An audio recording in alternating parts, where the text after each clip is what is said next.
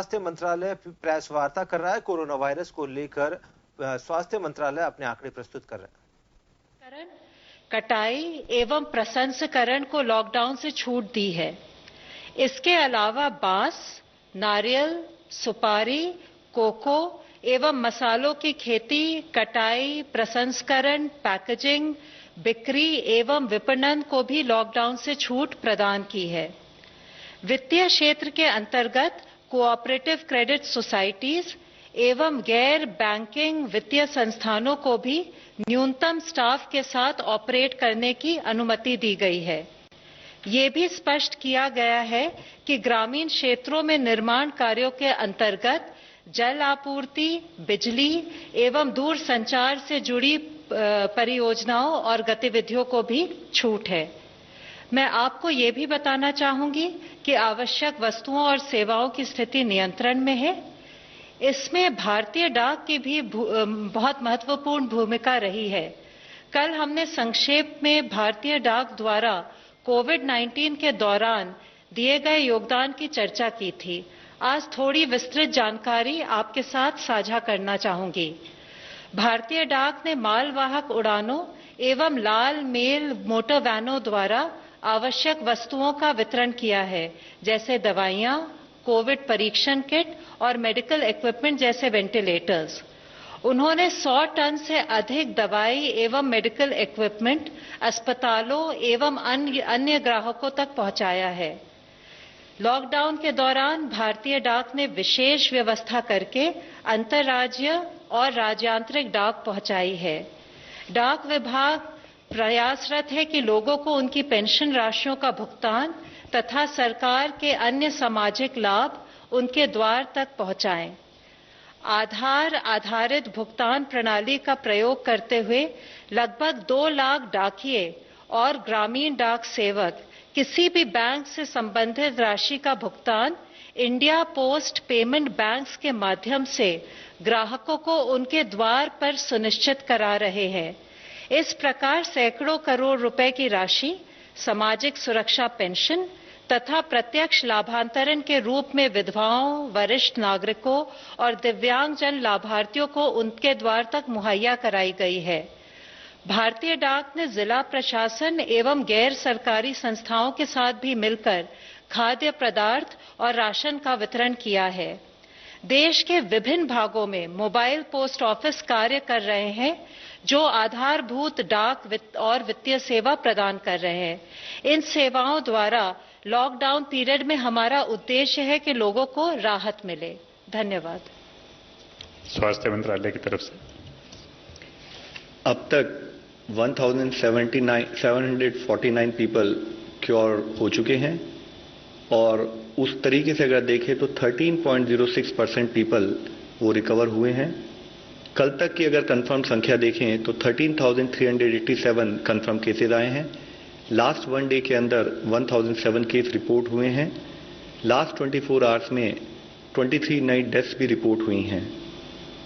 हम अब तक की अगर स्थिति को देखें तो पाते हैं कि लॉकडाउन से पहले अगर हमारे देश का डबलिंग रेट ऑफ केसेज लगभग 3 दिन था, तो पिछले 7 दिनों को अगर डेटा देखते हैं तो हमारा डबलिंग रेट अब 6.2 डेज है।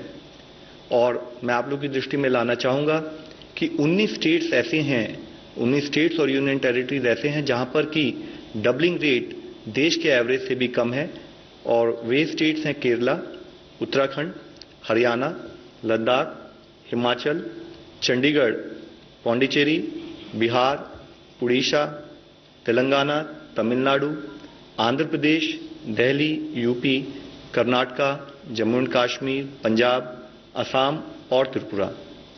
मैं आप लोगों की दृष्टि में लाना चाहूंगा कि ये doubling rate is a product of how we are trying to manage the situation at field level. ये एक ऑनगोइंग प्रोसेस है और इस डबलिंग रेट को और कम करने के लिए और बेहतर करने के लिए हमें अपनी विजिल को उसी हिसाब से, उसी इंटेंसिटी से करना पड़ेगा। इसी तरह से हमने सिचुएशन को एक और तरीके से एनालाइज किया जिसको हम कहते हैं growth factor. Growth factor calculate किया जाता है कि जो नए केसेस आए हैं उनको उससे पहले वाले दिन कितने केसेस आए थे उसके प्रोपोर्शन में कैलकुलेट किया जाता है। तो अगर हम इस डेटा को भी देखें तो पाते हैं कि अगर हम 1 अप्रैल से 1.2 के एवरेज ग्रोथ फैक्टर को देख रहे हैं, जबकि इससे 2 हफ्ते पहले यही ग्रोथ फैक्टर 2.1 एवरेज था 15 मार्च से 31 मार्च तक। तो हम पाते हैं कि करीब 40% डिक्लाइन हुआ है ग्रोथ फैक्टर में, और ये डिक्लाइन भी तब हुआ है जब एक साथ हम लोग दूसरी तरफ से प्रयत्न करके नंबर ऑफ केसेस जहां पर सैंपल्स कलेक्ट हो रहे हैं, सारी और ILI के केसेस के भी सैंपल कलेक्ट हो रहे हैं, तो हम अपना नंबर ऑफ सैंपल्स भी देश में बढ़ाते आ रहे हैं। इसी के साथ ही हमने एक आउटकम रेशियो भी कैलकुलेट किया। आउटकम रेशियो कैलकुलेट करते हैं जो केसेस रिकवर्ड हुए हैं वर्सेस जो केसेस जिनमें डेथ रिपोर्ट हुई हैं।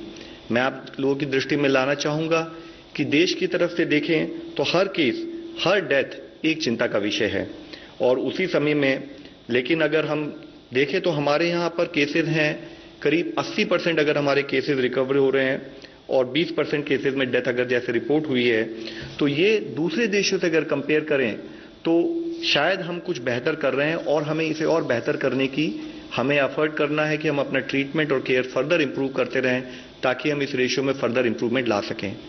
साथ ही 5 lakh rapid antibody test kits सभी राज्यों और जिलों में जहां पर भी हाई केस बर्डन नोट किया गया था वहां वितरित किए जा रही हैं।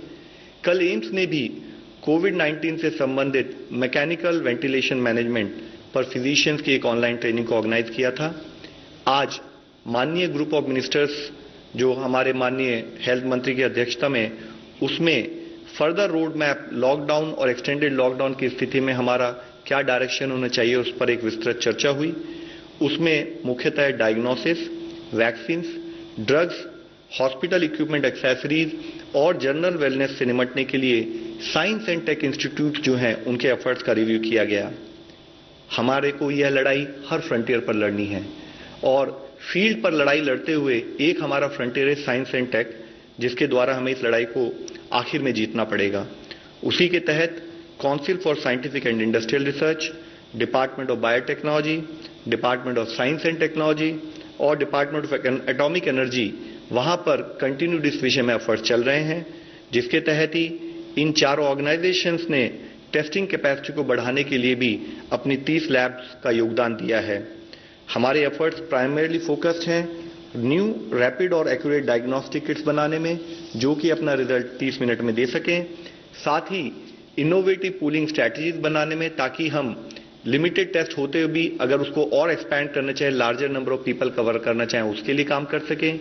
इसके साथ ही इंडिजिनस सिंथेसिस जो क्रिटिकल कंपोनेंट्स हैं हमारे को डोमेस्टिकेट प्रोडक्शन के लिए, उसको हम कैसे बढ़ाएं, उस पर एफर्ट्स हो रहे हैं। साथ ही वायरल सीक्वेंसिंग, जिसके द्वारा हम एपिडेमियोलॉजी और पोटेंशियली इंपॉर्टेंट म्यूटेशंस को आइडेंटिफाई कर सकें, उस पर काम चल रहा है। इसके साथ ही वैक्सीन डेवलपमेंट की दिशा में inactivated virus, antibodies to major antigens, monoclonals और RNA बेस्ड वैक्सीन पर भी काम किया जा रहा है। भारत ग्लोबल पार्टनर्स के साथ काम कर रहा है ताकि हम ये सुनिश्चित कर सकें कि हमारी इफेक्टिव वैक्सीन डेवलप की जाएं और हम जल्द से जल्द उसको पब्लिक को मुहैया करा सकें। यह एक टाइम कंज्यूमिंग एफर्ट्स है, लेकिन हमारे सारे एक्शंस इस पर फोकस्ड हैं कि कैसे हम इस प्रोसेस को स्पीड अप करें। इसी के तहत रिकॉम्बिनेंट BCG और माइकोबैक्टीरियम इंडिकस स्ट्रेन जैसे इम्यून बूस्टिंग वैक्सीन पर भी काम हो रहा है। कॉन्वलेसेंट प्लाज्मा थेरेपी पर भी कुछ साइट्स पर काम चल रहा है। DBT ने इसके साथ ही लार्ज स्केल एफर्ट्स लिए हैं कि कैसे ह्यूमन मोनोक्लोनल एंटीबॉडीज फॉर कोविड-19 पर काम करें। इसके साथ ही एक और विषय बहुत मुख्य है, वह है कि हम इफेक्टिव ड्रग्स पर भी कुछ काम करें। हमारे सामने वर्तमान में कई पोटेंशियल ड्रग्स हैं, जिसमें से कोई भी अभी फुली प्रूवन नहीं है, और उनमें से कोई भी अगर इंडिया में नहीं बनती है तो उस पर भी हमें एफर्ट करने की जरूरत है।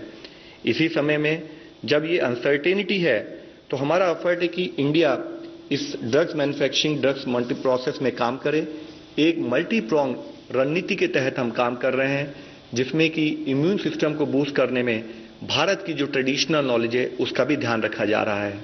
Bharat already World Health Organization के साथ सॉलिडिटी ट्रायल में एक पार्टिसिपेंट है, जिसके माध्यम से हम डिफरेंट ड्रग थेरेपीज की इफेक्टिवनेस को डिटरमिन कर रहे हैं।